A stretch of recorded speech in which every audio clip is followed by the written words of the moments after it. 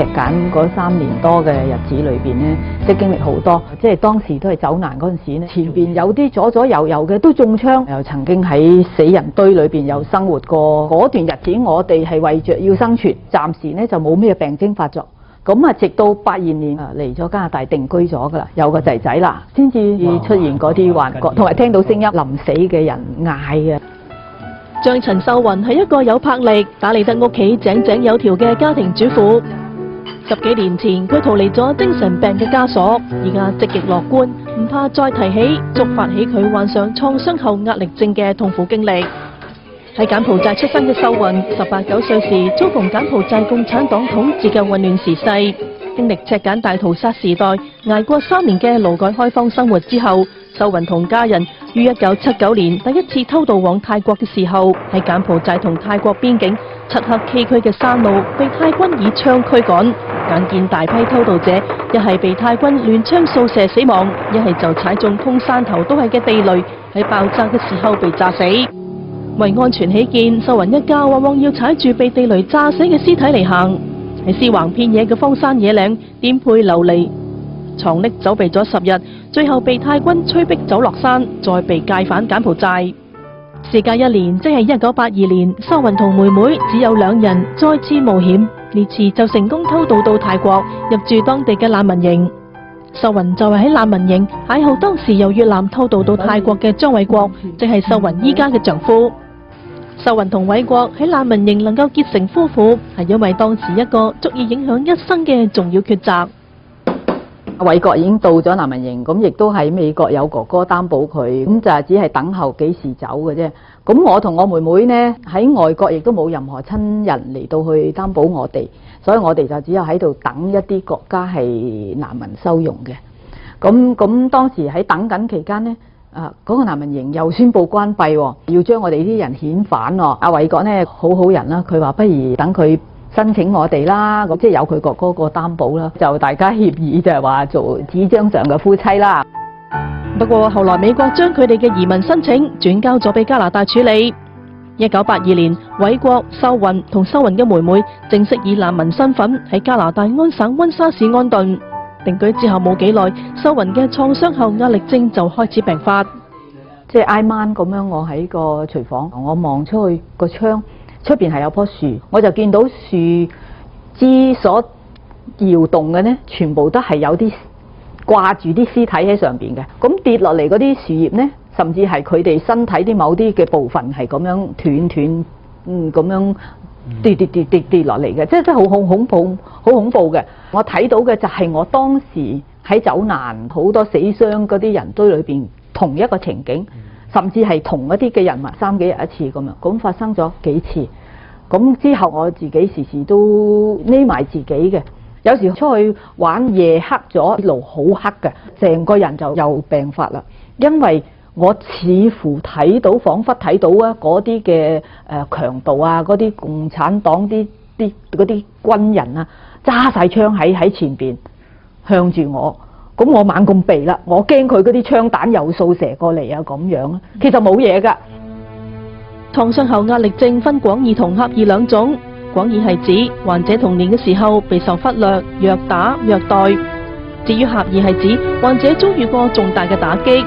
例如遇到事故爭啲死亡，遇到將會死亡嘅人，身體嚴重受到傷害，心靈受極端脅迫，患者經常唔受自己控制下浮現翻起受創時嘅情況，就有可能導致精神上嘅失調。秀雲就係一個典型嘅例子。加上繼大仔出世之後，一次具生命威脅性嘅宮外孕小產，令秀雲更為性情大變，身體多咗好多毛病。兩夫婦當時仲以為撞邪添，唔知道呢啲係精神病。我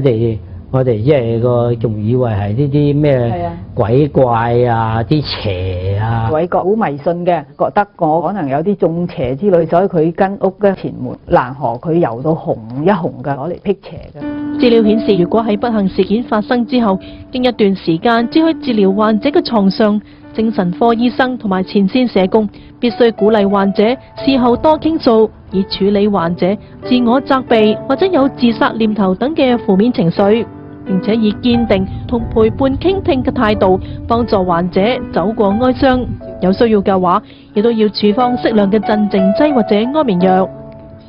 不過秀雲嘅治療就好唔同，佢由病發到好返之間嘅10幾年，完全冇睇過醫生，冇經輔導，冇食過一粒藥。佢今日嘅康復，完全要歸功到丈夫偉國身上。咁佢同公司請一段好長嘅假期，一直係陪伴住我出去散步啊，帶我去啲公園啊，咁啊特別去啲有樹嘅地方啊，咁佢就會俾我去摸下啲樹啊，咁佢甚至就執嗰啲樹枝俾我睇啊，又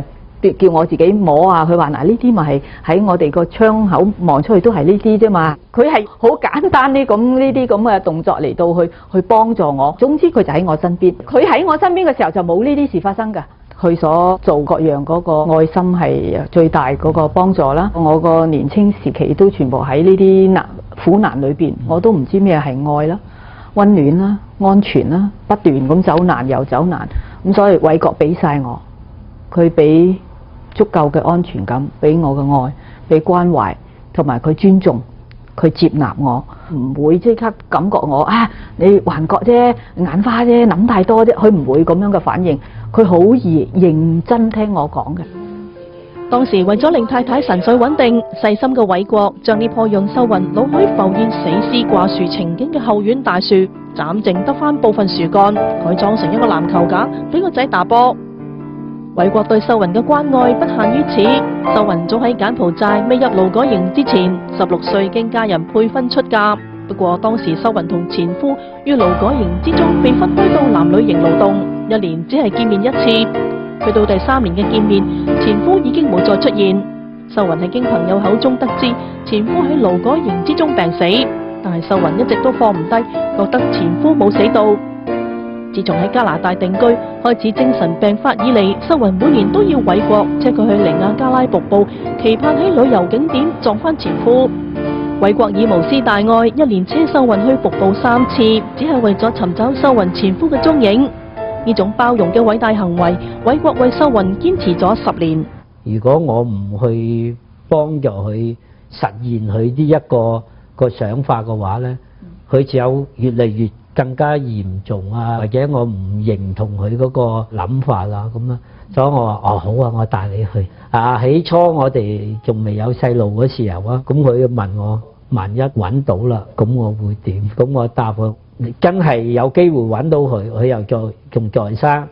佢又揾緊你，咁我成全你哋。再去多幾次咧，咁啊帶埋個仔一齊去到那家科度揾，咁佢又問我，今次唔同啦。我唔可以交翻你俾你個前夫，因為咁我哋個仔點樣啊？有一次佢都同我講，佢話唔通我一個活生生嘅人喺你身邊咁多嘅愛，都比唔上一個死咗嘅人咩？咁樣，咁呢句說話係清醒咗我嘅。患難見真情，患病不輕言放棄，反而更捉緊對方雙手，攜手走過只有2人作戰，未知明天會唔會康復嘅困境。就係偉國呢一份難能可貴嘅情真，成為咗秀雲康復嘅靈丹妙藥。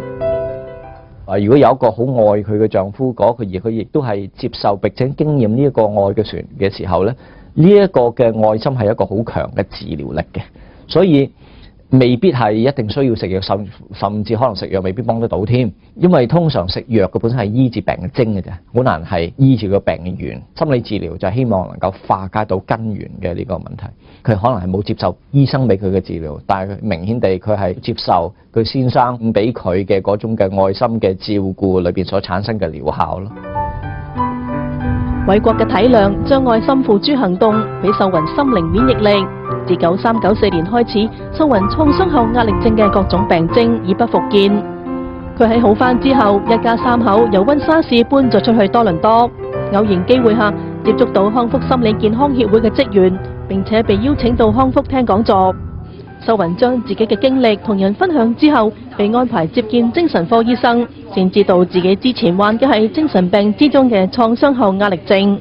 由於秀雲已經康復，而且唔係咁多人肯公開自己有咁嘅經歷，秀雲同偉國都樂於喺康復做義工。參與咗家屬小組多年嘅秀雲同偉國，以康復者同康復者家人嘅身份作主導，以互動形式同精神病患者嘅家屬分享平日喺照顧精神病患者嘅困難同埋心得，彼此抒發一下感受。喺加拿大，大約有100萬人需要照顧精神病患者，當中1/3要出外工作，兼顧工作壓力嘅同時，返到屋企又要面對照顧精神病人嘅沉重壓力，長遠會釀成家庭成員都出現健康問題，例如係抑鬱症。如果啲家屬自己都冇能夠得到一啲幫助同埋支援嘅話，佢哋其實成日都單打獨鬥，等於 create 咗更加多嘅精神病患者。因為過去咧好多時要照顧精神病患者嗰啲屋企人咧，佢哋覺得好內疚嘅，成日覺得佢哋嘅問題好似同佢有關嘅，同埋咧有時會好羞愧咯，唔好咁講俾人聽。咁但係嚟呢啲小組，你發覺其實唔係淨係自己有呢啲問題，要解決啲問題，其實好多時都會從自己嘅方法去解決。咁其實你聽下人哋嘅解決嘅方法，其實幫助嗰個家屬咧，擴大佢自己嘅思維嘅能力咯。排隊輪候想參加嘅家屬非常多，反映家屬小組嘅成效唔錯。而為咗進一步提升服務同義工嘅質素，秀雲更於去年被派往深造義工課程康復行動計劃，學習如何處理精神病患者喺日常生活上可能遇到嘅危機，以及應如何化解等。秀雲學以致用，憑經驗同埋新學到嘅概念，喺做義工嘅時候，將更有效幫助精神病患者同家屬。秀雲話：佢精神病嘅康復雖然唔係直接得到康復心理健康協會嘅幫助，但係喺參與義工工作多年，佢所得着嘅係幫助人嘅滿足感，讓患者少受同自己一樣嘅痛苦，係康復心理健康協會俾到佢好有生活目標嘅人生意義。呢好幾十張義工證書係社會對秀雲同偉國做義工嘅貢獻，給予認同同埋肯定，俾秀雲好多正面嘅鼓勵。其實呢度嘅義工除咗有康復者之外，仲有非精神病患嘅一般大眾。康復心理健康協會同樣為佢哋提供全面嘅義工培訓，希望義工認識精神健康，接納精神病人。同佢哋探討下，譬如危機介入啊、自殺啊，社區大眾對呢個精神病都有個誤解，係咪唔可以康復呢？亦都請咗一啲精神康復者親身講俾佢哋嘅經歷嘅路，究竟點樣去復原呢？咁亦都會同佢再分享翻，如果佢哋真係要做一個義工嘅時候，點樣可以透過有效嘅溝通，然後提供一個支持同埋支援俾我哋嘅服務對象啦。心靈受創經療傷之後能夠企翻起身，易地而處，做義工幫翻人，令秀雲別有一番領略，就係身心健康便是福。佢要將呢種福氣回饋社會，以及以雙倍嘅愛去愛惜家人。我會用我餘下嘅每一分秒係嚟到去愛佢、服侍佢，係啊。